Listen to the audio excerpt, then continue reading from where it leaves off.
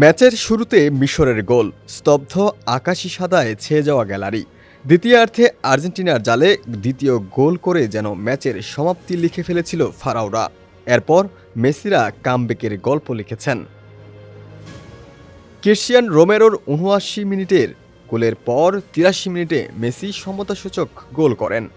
যোগ করার সময়ে কামব্যাকের সমাপ্তি টানেন এনজো ফার্নান্দেস। ৩-২ গোলের জয়ে আলবিসেলেস্তাদের বিশ্বকাপের কোয়ার্টার ফাইনালে তুলে নেন।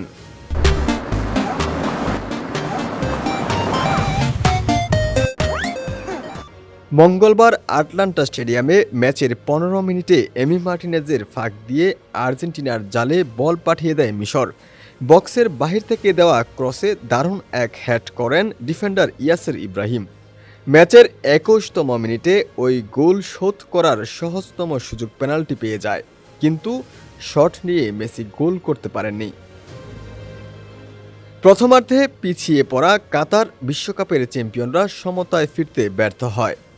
দ্বিতীয়ার্ধে গোল শোধের চেষ্টা বাড়াতেই কাউন্টারে অ্যাটাকে গোল হজম করে স্ক্যালোনির দল, কিন্তু মিশরের দুর্দান্ত ওই কাউন্টার অ্যাটাকের গোলটি বিতর্কিত ফাউলের সিদ্ধান্তে বাতিল হয়।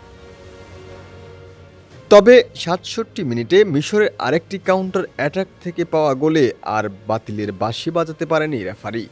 নিজেদের অর্ধ থেকে বল টেনে আর্জেন্টিনার অর্ধে ঢুকে পড়েন মিশরের হাইসেম হাসান। বক্সে ফাঁকায় পাওয়া মুস্তাফা জিকোকে বল বাড়ালে জালে পাঠান তিনি।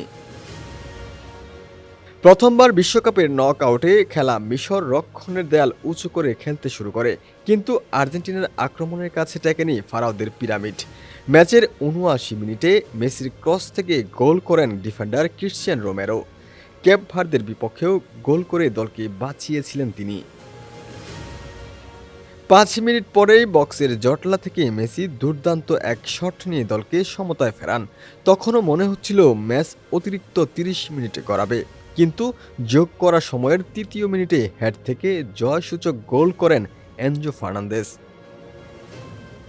যদিও গোল নিয়ে আছে বিতর্ক, ঠিক যেমন আলতো ফাউলের কারণে মিশরের করা দুর্দান্ত গোল বাতিল করা হয়েছে, নিজেদের বক্সে তেমনই এক ফাউল করে সালার পা থেকে বল কেড়ে গোল করেছে আর্জেন্টিনা।